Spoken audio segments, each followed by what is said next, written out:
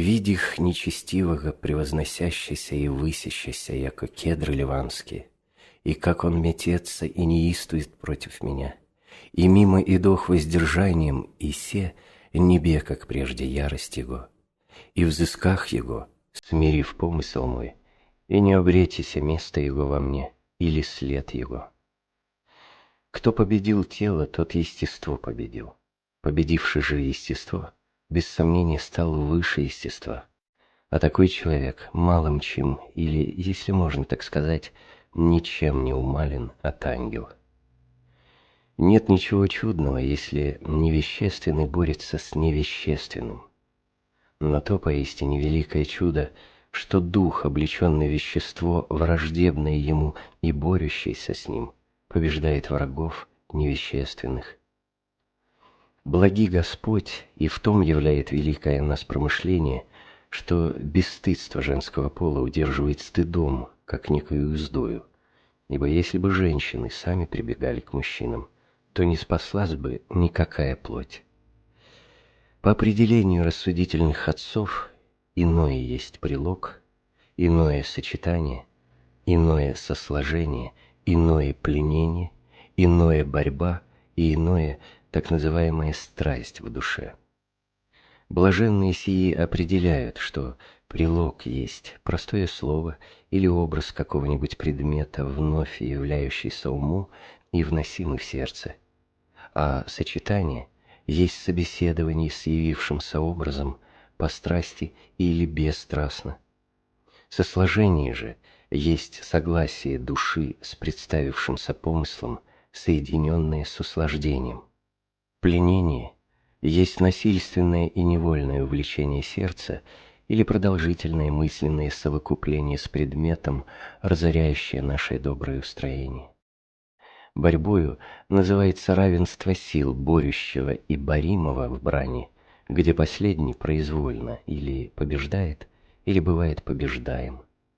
Страстью называют уже самый порок, от долгого времени вгнездившийся в душе и через навык, сделавшийся как бы природным ее свойством, так что душа уже произвольна и сама собой к нему стремится.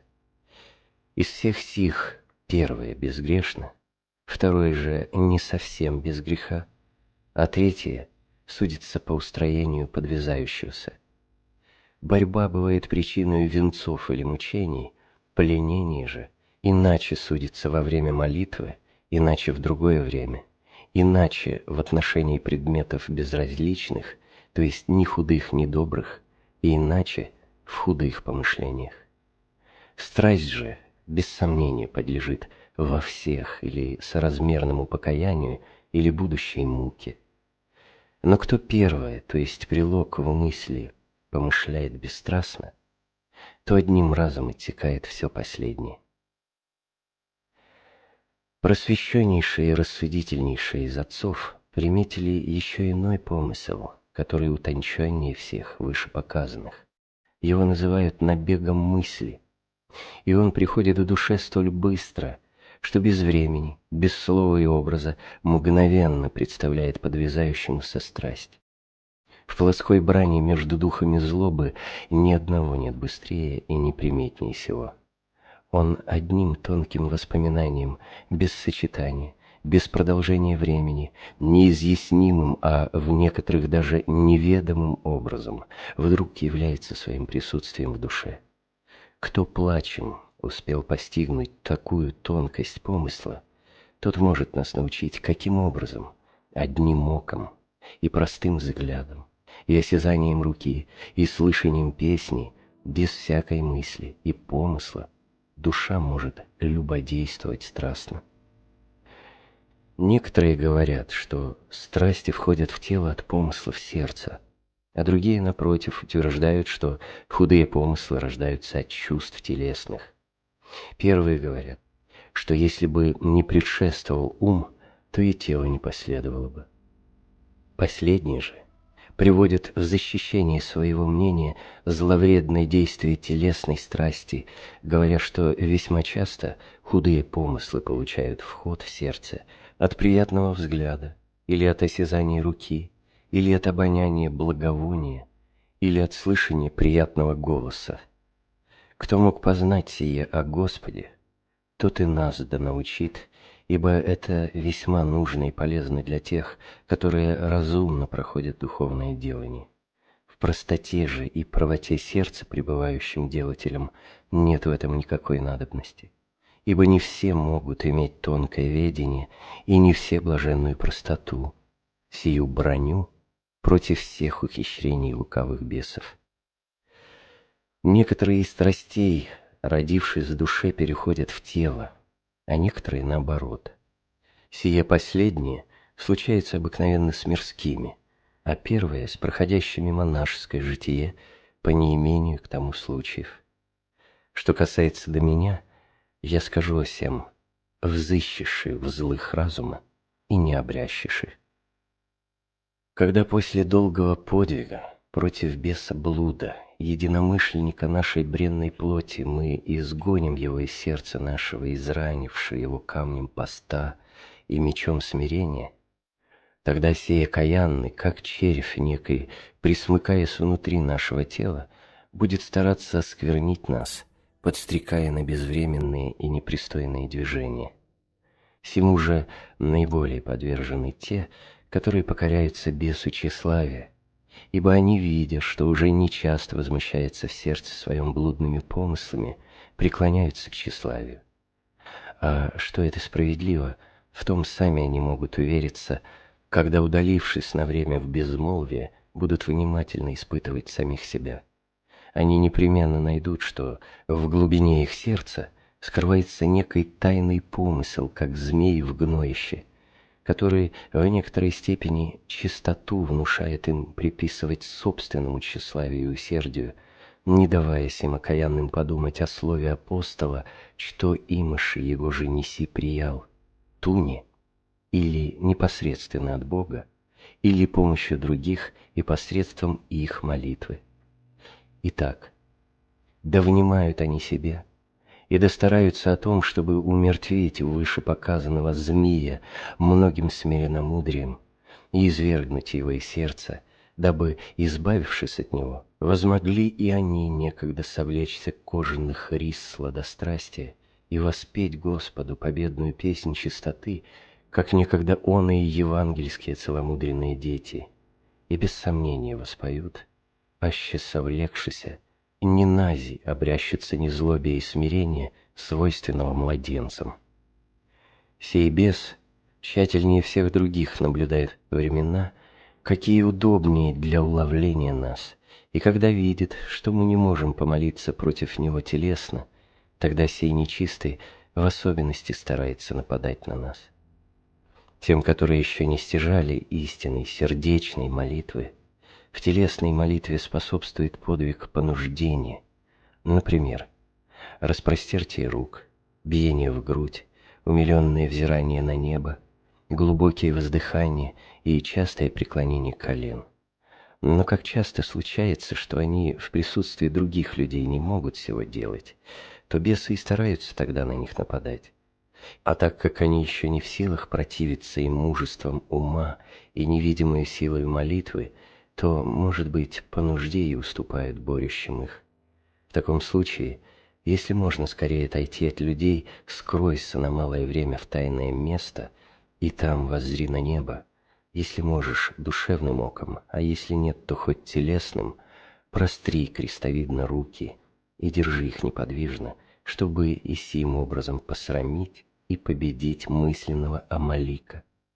Возопий к могущему спасти, и возопий не красноречивыми словами, но смиренными вещаниями, начиная прежде всего сим воззванием «Помилуй меня, яко немощен есмь».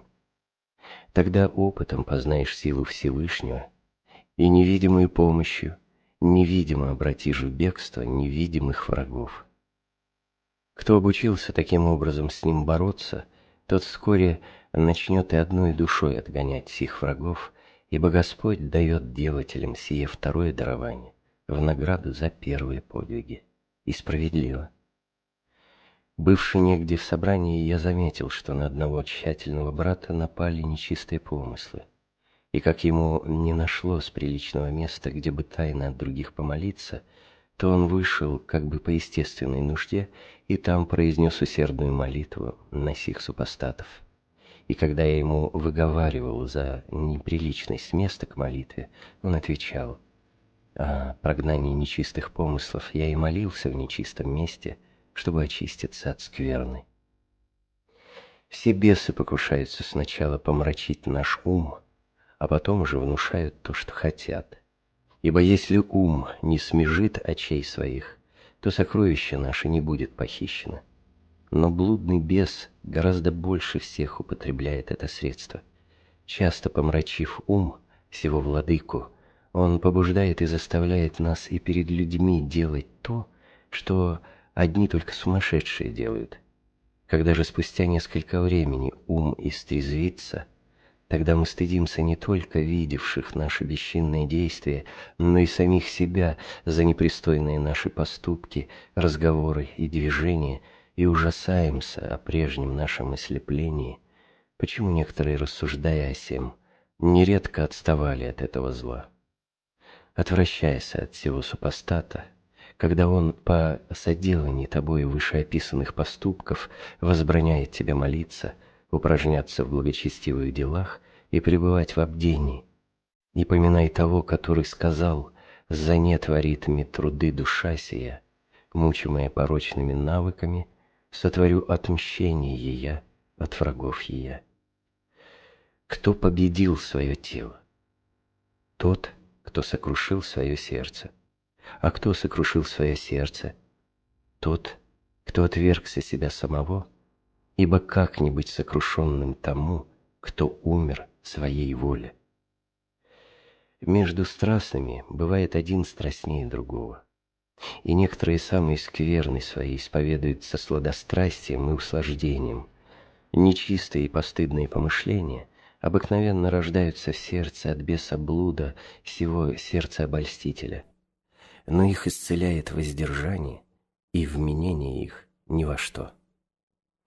Каким образом и способом связать мне плоть свою, сего друга моего, и судить ее по примеру прочих страстей? Не знаю. Прежде нежели успею связать ее, она уже разрешается. Прежде нежели стану судить ее, примиряюсь с нею. И прежде нежели начну мучить, преклоняюсь к ней жалостью. Как мне возненавидеть ту, которую я по естеству привык любить? Как освобожусь от той, с которой я связан навеки? Как умертвить ту, которая должна воскреснуть со мною? Как сделать нетленную ту, которая получила тленное естество? Какие благословные доказательства представлю той, которая может противоположить мне столько естественных возражений? Если свяжу ее постом, то, осудив ближнего, снова предаюсь ей. И если, перестав осуждать других, побеждаю ее, то, вознесшись сердцем, опять бываю ею низлагаем.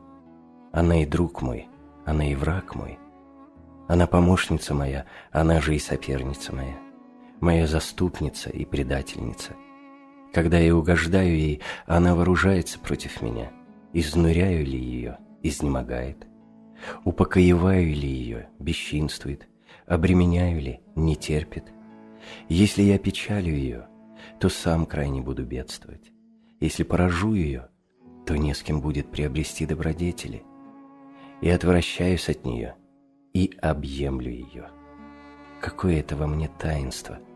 Каким образом составилось во мне это соединение противоположностей? Как я сам себе и враг, и друг? Скажи мне, супруга моя, естество мое, ибо я не хочу никого другого, кроме тебя, спрашивать о том, что тебя касается. Скажи мне, как могу я пребывать неуязвляем тобою? Как могу избежать естественной беды, когда я обещался Христу вести с тобою всегдашнюю брань?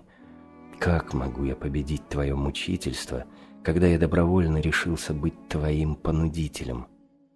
Она же, отвечая душе своей, говорит: «Не скажу тебе того, чего ты не знаешь, но скажу то, о чем мы оба разумеем. Я имею в себе отца своего, самолюбие. Внешнее разжение происходит от угождения мне и от чрезмерного во всем покоя, а внутреннее – от прежде бывшего покоя и от сладострастных дел. Зачавшие, я рождаю падение, они же, родившись, сами рождают смерть отчаянием. Если явственно познаешь глубокую мою и твою немощь, то тем свяжешь мои руки. Если гортань умучишь воздержанием, то свяжешь мои ноги, чтобы они не шли вперед. Если соединишься с послушанием, то освободишься от меня, а если приобретешь смирение, то отсечешь мне голову. 15-я степень. Кто, будучи во плоти, получил и здесь победную почесть, тот умер и воскрес, и еще здесь познал начало будущего нетления.